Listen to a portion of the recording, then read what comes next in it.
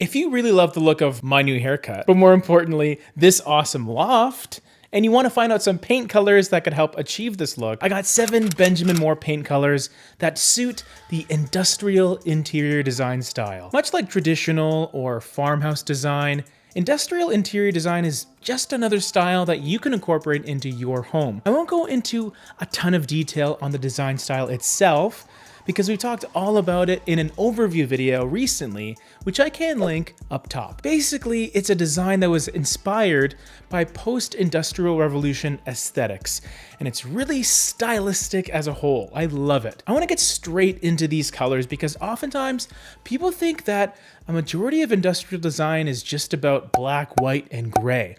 And although that's partially true as some of the cornerstones of the overarching color palette, there's certainly room for tons of other colors in between. Well, maybe not tons, but a decent amount. To start things off, I'm actually not going to give you a specific white paint color because I think that's just kind of a waste of a color choice. As long as you're sticking with something fairly stark, like maybe super white or Oxford white, even Chantilly lace, or simply white, which has a touch of warmth but not enough to make it feel overly yellow or creamy in an industrial design. Any of these would work, but even more so, I might even suggest you just go with something that you've used in the past on previous projects. That way you know it works with your aesthetic, with your mindset of what you see in a white paint color. Now, even though I wouldn't let white take up one of these spots in this color palette, I will give you a black paint color to use. And it's because I find that you don't necessarily want to veer too far away from a true deep black with industrial design, especially if you're considering painting something like, I don't know, exposed ceilings with a nice deep wrought iron black. And although there is a Benjamin Moore color called wrought iron, in this palette, I prefer Ebony King, which is just a few points darker in the light reflectance category. It also feels a tad cooler,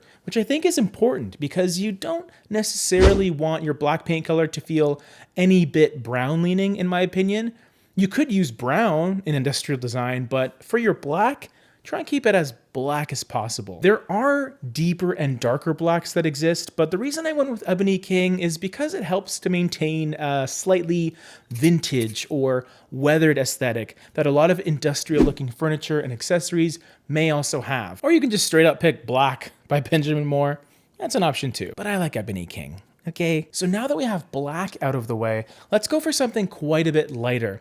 Specifically, the color light pewter. You could say this captures the gray side of industrial design, but a large part of the reason that I selected it was because of its connection to metallics. And it also has a wonderful balance of warm and cool, which will allow both ends of the color temperature spectrum to transition into one another more easily. I really like this color as a bit of a default in the palette, where you can start with this as your baseline wall color and then add other elements where you see fit. For the next color, we keep the undertones fairly similar, but introduce an even darker color in Thunder, one of my absolute favorite darker mid-tone neutrals. It's a bit of a niche category, but it's true. It's a fantastic alternative to light pewter, where you want to add a bit more drama in the space.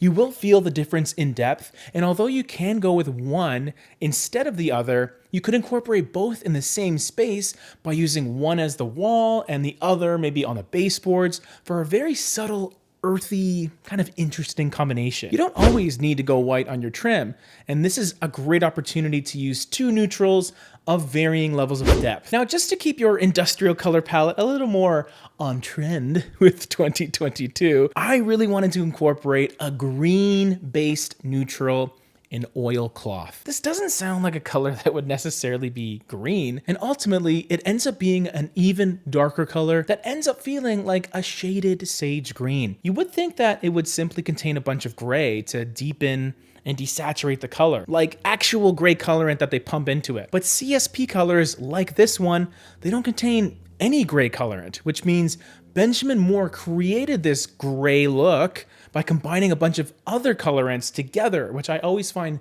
so fascinating to hear about. Just dumping a bunch of gray or black colorant in, that's the easy way out. But CSP colors, they're much more complicated than that. And that's why they're way harder to match too. If you use this color in larger doses, it's dark enough where you'll feel it, you know?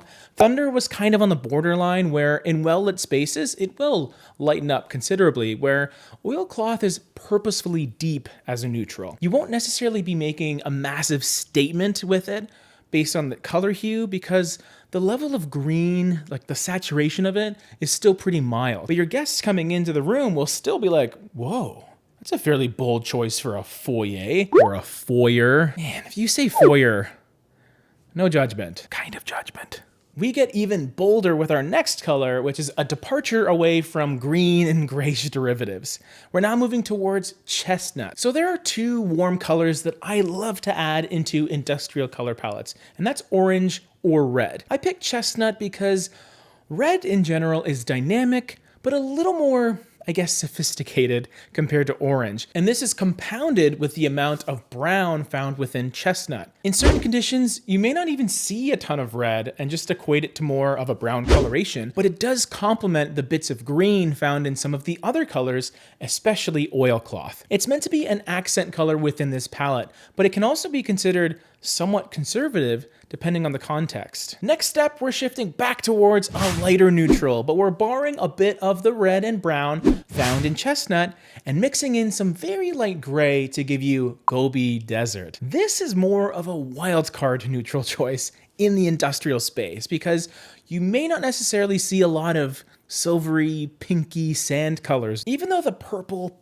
kind of pinky aspect of this color isn't extremely prominent. It is present enough to prevent me from blanketing a space with it, at least in the industrial sense. I really like it in smaller doses, however, because you could see this tone represented in some natural materials like wood and metal, depending on the finish, which you would also find in the industrial sector. It could also be a gateway towards blending industrial with maybe shabby chic or glam. Don't forget, it's a lot of fun to fuse design styles together, but when I do, I normally have a dominant style and then just season it with something else. Subscribe so you don't miss our future video talking all about the 80-20 rule. Very fun stuff. But I have to leave you with a color that differs itself from the bunch because we have been talking a lot about these neutrals that are mostly warmer leaning in their undertones. But how about a dark, moody gray with a little bit of a dusty blue? That color sounds pretty awesome though, right? This palette would not be complete without Eclipse, which introduces that smoky dose of blue to introduce some intrigue and depth of color. It also ties back to the black paint color we talked about, Ebony King, only this color is less subtle about its cool undertones. There's another black paint color that I love using in the industrial design space, which you can check out our review on right over here. It's by Sherwin-Williams though.